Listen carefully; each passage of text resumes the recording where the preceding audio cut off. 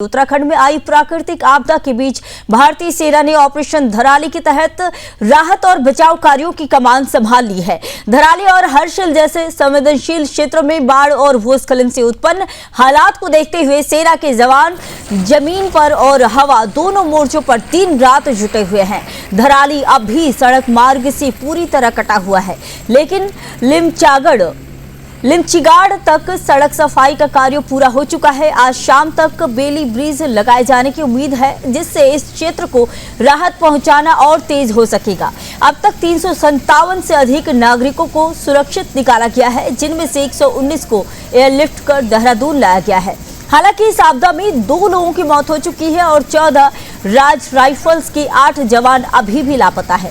प्रशासन की अगर माने तो करीब 100 नागरिकों का अभी कोई पता नहीं चल पाया है। और ये आप लाइव तस्वीरें भी टीवी स्क्रीन पर देख सकते हैं कि भारतीय सेना जो है लगातार भारतीय सेना लगातार रेस्क्यू अभियान में लगी हुई है। भारतीय सेना, एनडीआरएफ, एसडीआरएफ, आईटीबीपी और सिविल प्रशासन मिलकर राहत अभियान चला रहे हैं।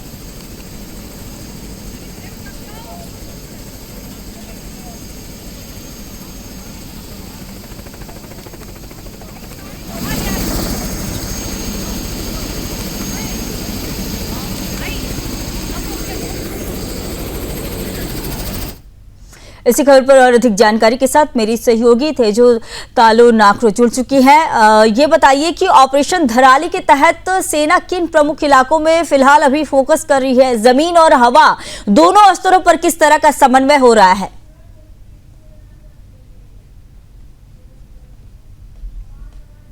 बड़ा और साफ टेरेन है और वहाँ की जो डैमेज भी बहुत ही ज्यादा एक्सपेंसिव हो गया, आप लोग तस्वीरें में देख पा रहे हैं।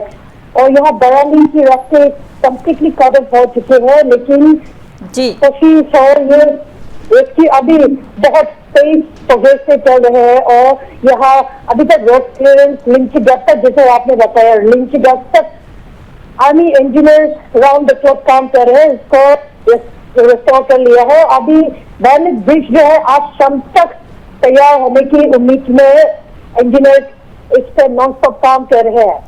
वेदर कंडीशंस बहुत ही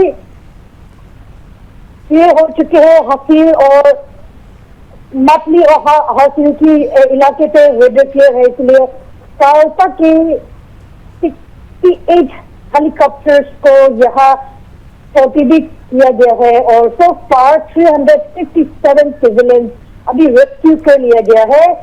उनमें से 119 जो देहरादून तक एयरलिफ्ट करके पहुंचाया गया है।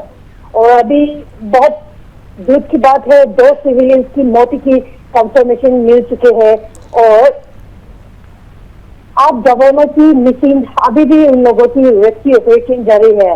और 100 से ज्यादा सिविलियंस अभी तक अनअकाउंटेड है, उनकी कोई अता पता नहीं है। और यहाँ इंडियन आर्म फोर्स और इंडियन आर्मी की सपोर्ट में ग्राउंड में अभी एनडीआरएफ, एसडीआरएफ, आईटीबीपी और बीआरओबी सिविल एडमिनिस्ट्रेटिव चिफ स्टाफ, पूरे कम्बैट इंजीनियर से और पैरामेडिक्स, ट्रेंचर्स, रेस्क्यू डॉग्स भी इसमें जारी कर दिया है। और हेली ब्रिज जो है अभी देहरादून, हाथी और मतली और बसारू एयरजी को सबमिट कर लिया है। और यहाँ तक इंडियन एयरफोर्स की C295 एयरक्राफ्ट भी सर्विस के लिए प्रेस कर दिया गया है। तेजो तालू जी, ये बताइए कि आप यह बताइए कि कम्युनिकेशन कंट्रोल रूम और सैटेलाइट कनेक्टिविटी से स्थानीय प्रशासन को कितना सहयोग मिल रहा है?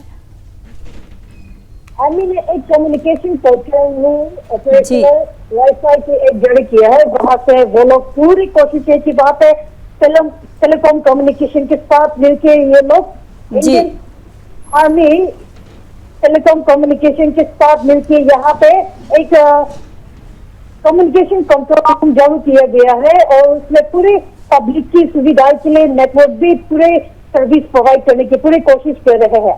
और आज के दिन की टॉप प्रायोरिटी मिशन होगी ये बायले ब्रिज एट लिमचिगाड़, उसको पूरी तरह से इंडक्शन करके इनके रिलीज और इक्विपमेंट वहां से लेके जा रहे हैं ताकि ये ब्रिज रिस्टोर हो जाए आज के दिन।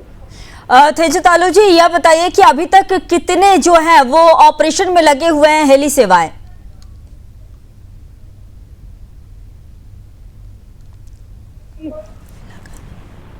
से जड़ी है इसमें, और जैसे कि हम लोगों को पता है इंडियन एयरफोर्स की C295 ये बहुत ही खास एयरक्राफ्ट ट्रांसपोर्ट में से है, लेटेस्ट एडिशन है इंडियन आर्म फोर्सेस के बीच में। लेकिन अगर ये C295 तब भी इस ऑपरेशन में जड़ी कर लिया है तो we can assume the seriousness and the readiness of the Indian air force.